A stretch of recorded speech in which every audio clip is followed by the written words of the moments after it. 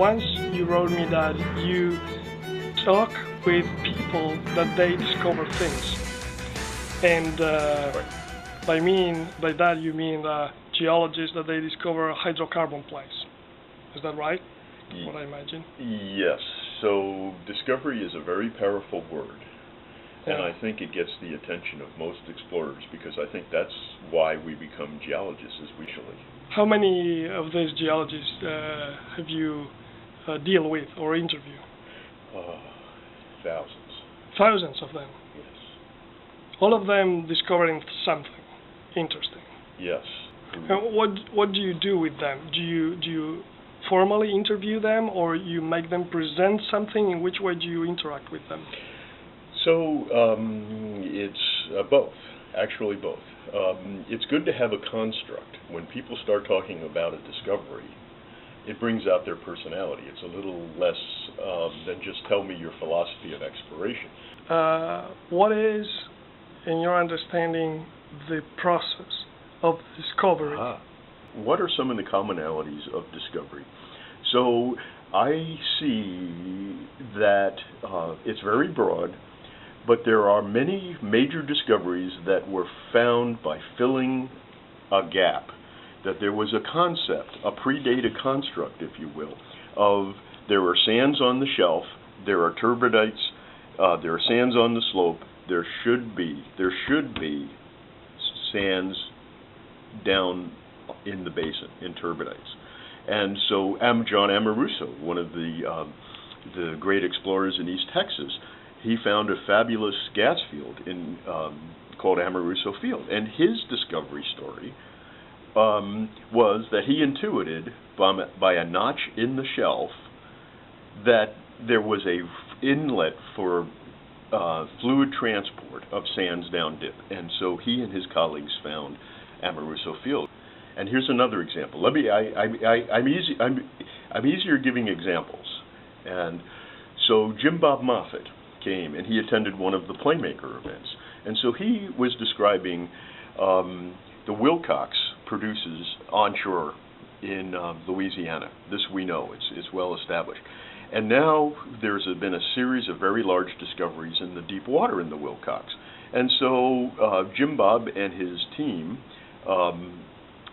surmised that if the sands are up dip and they're down dip, there was a gap in the middle where they were transported. And so they developed a series of discoveries, intuiting they have a model, and then they were intuiting that this area is a gap where there should be oil. And Marlon Downey has a great phrase, thinking like oil. And of course that's a little hard to do because oil is an inanimate object. But what I think Marlon implies by that is to think where it could be by going through all of the different models in our heads. And so the petroleum system is a powerful model. The trap analysis is a powerful model. So as geologists, we have all of these models that help guide us for exploration. So there's a series of types of discoveries based on concepts, and people are just there's a lot of lateral thinking. If I see this works here, I can take that and I can apply that there.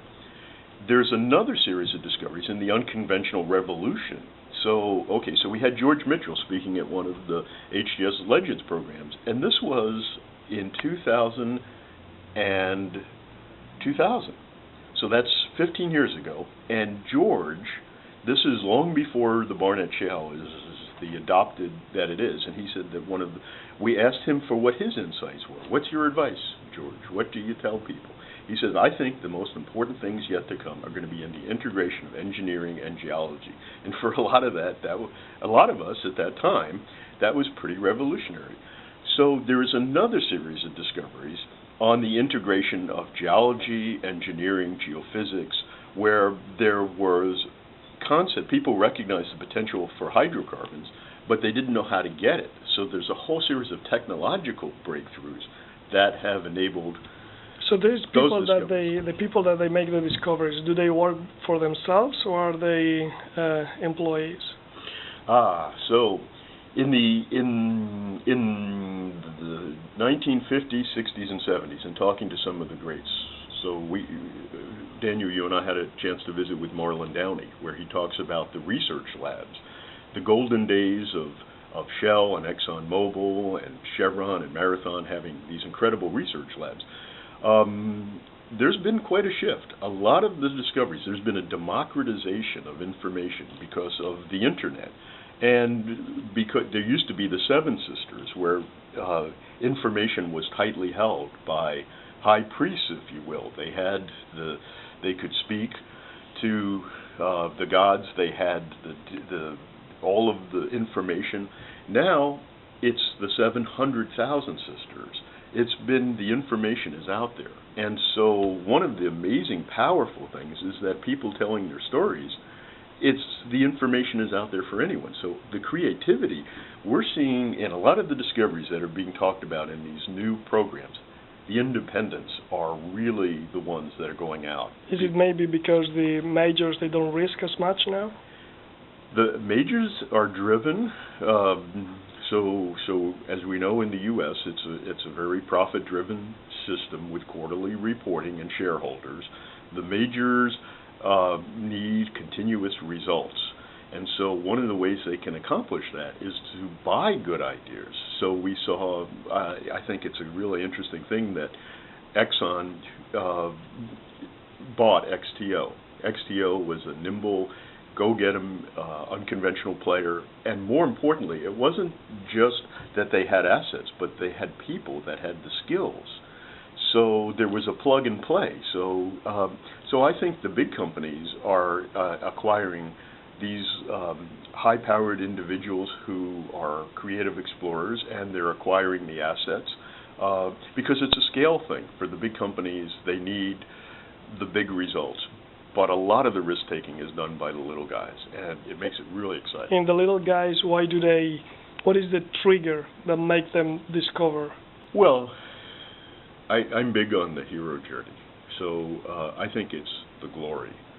And most of the people that I know that have had incredible oil and gas success, and a lot of them are billionaires or have caused incredible fortunes to be made, they love doing geology, and they don't necessarily live the lifestyle that a lot of people would think.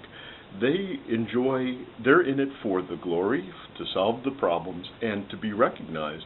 There are people who know when someone makes an incredible discovery, and they go, that was really brilliant. And so for this multimillionaire, what is the value of money? So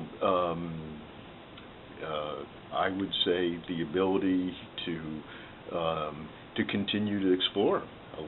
Most of them keep putting the investments back in, because once you're hooked and you've done something that's really difficult and you felt that moment.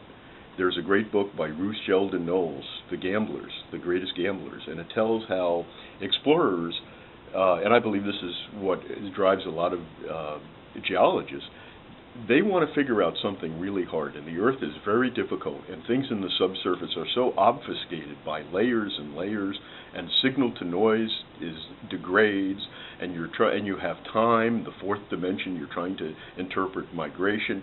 And there's so many things that make it hard to find oil and gas that it's when you do and you actually interpret something, or even when you are lucky and you serendipitously come into something, the feeling of accomplishing something is, I think, what really hooks people. By the way, so how much of these discoveries are related to merit and how much to luck?